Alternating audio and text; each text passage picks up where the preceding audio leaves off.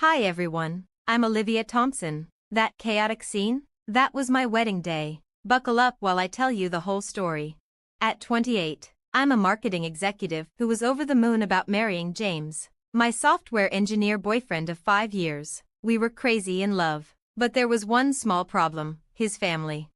Sophia, if Patricia makes one more backhanded comment about my dress choices, I might actually lose it. I groaned, collapsing onto my best friend's couch. Deep breaths. Lev, you're marrying James, not his family, Sophia reminded me, handing over a glass of wine. I know, but Patricia and Rachel act like they own him. It's like they can't handle the idea of him having someone else in his life. I vented. Have you told James how you feel? Yes, but he just brushes it off, saying they're excited about the wedding. He doesn't see how weird they're acting, I muttered. I tried to include Patricia and Rachel in the wedding planning, hoping it would ease the tension, but instead, it seemed to fuel their controlling tendencies. One afternoon, I showed Patricia some centerpiece ideas. Oh, darling, those are cute, she said with a dismissive glance, but Rachel and I have better options. I clenched my teeth and chose not to argue, telling myself it wasn't worth the fight. Still, their behavior became stranger with each passing week. One day, I overheard them whispering in the kitchen. Are you sure about this, Mom? Rachel asked nervously. Of course, it's going to be perfect. James will adore it, Patricia replied. When I stepped into the room, they immediately stopped talking.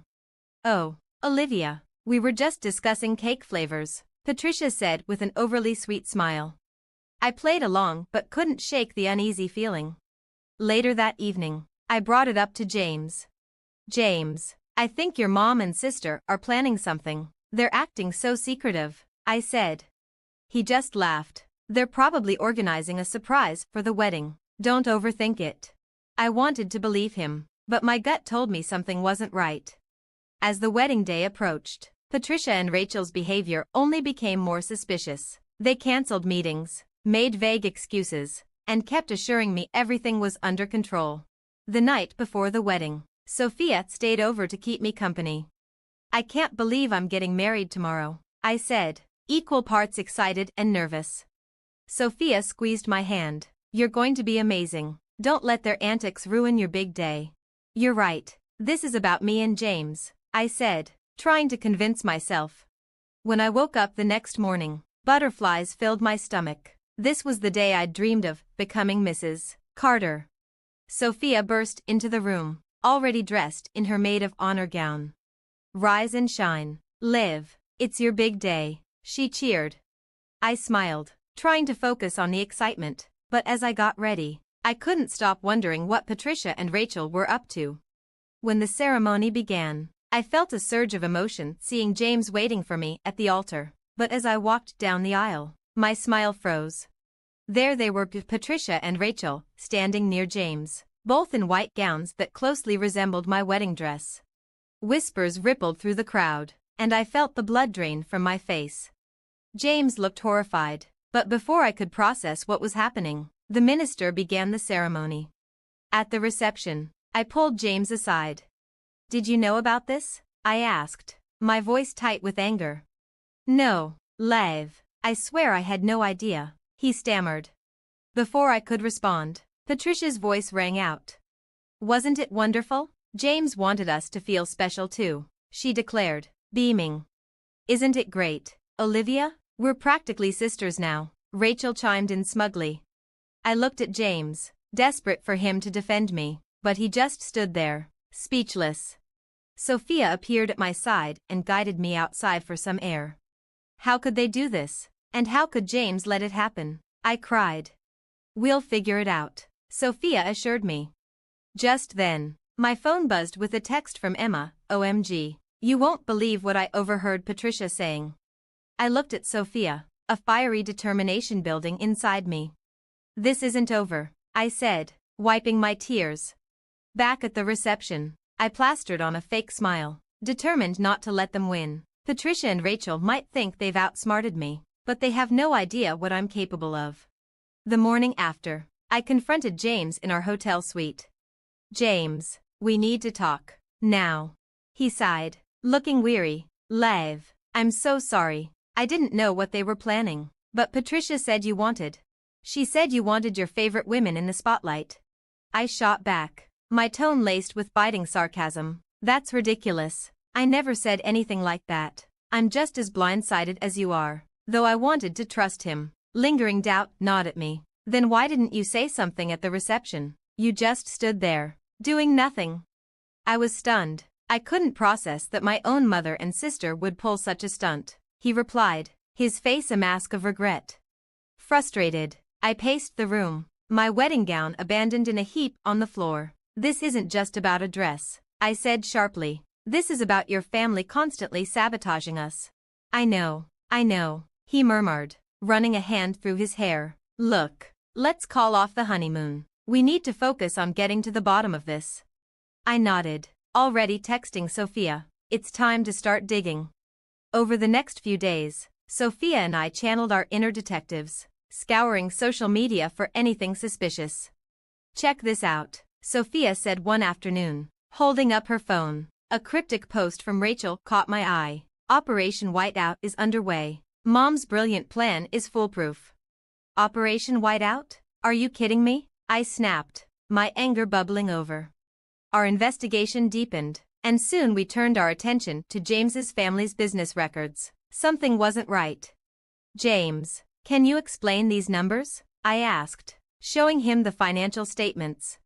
His brows knit together as he reviewed the papers. This doesn't add up. There's missing money here. As we delved further, a disturbing pattern emerged. Patricia and Rachel had been embezzling funds from the company for months. This can't be real, James muttered, his face ashen. Then came the breakthrough. Emma, one of my bridesmaids, sent me screenshots of texts she'd managed to capture during the wedding.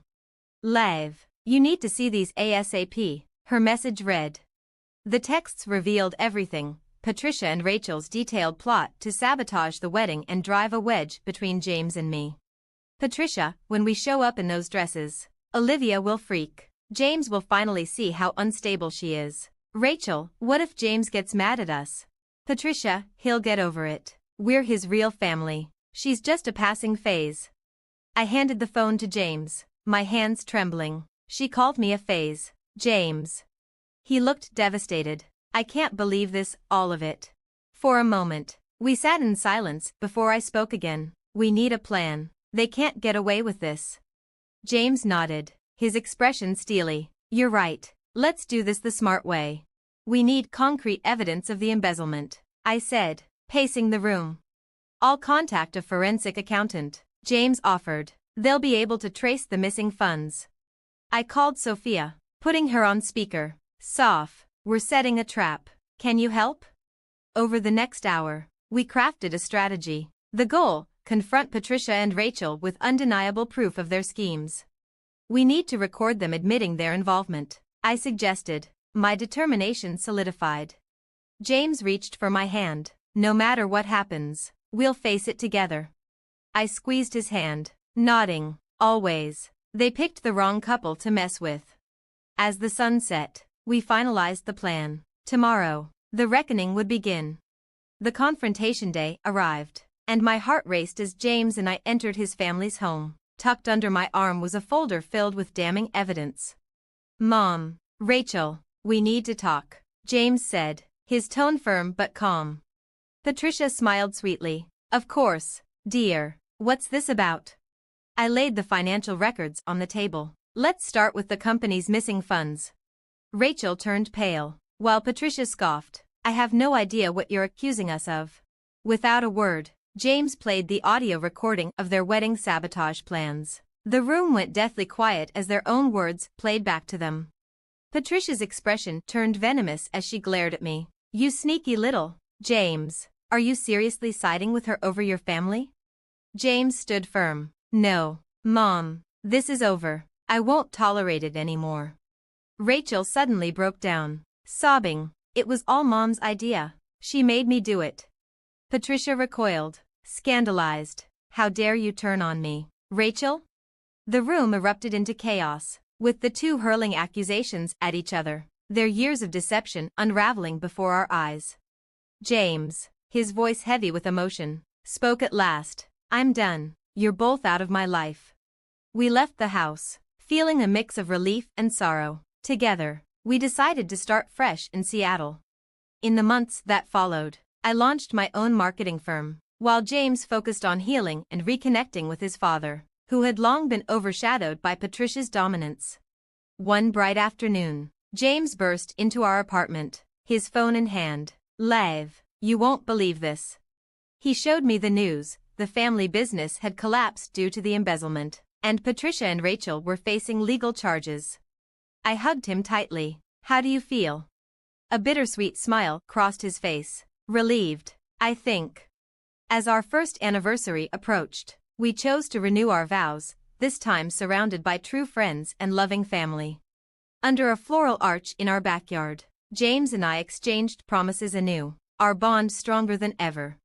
Later, as we swayed to the music beneath the stars, I caught Sophia chatting with James's dad. She gave me a thumbs up, and I smiled.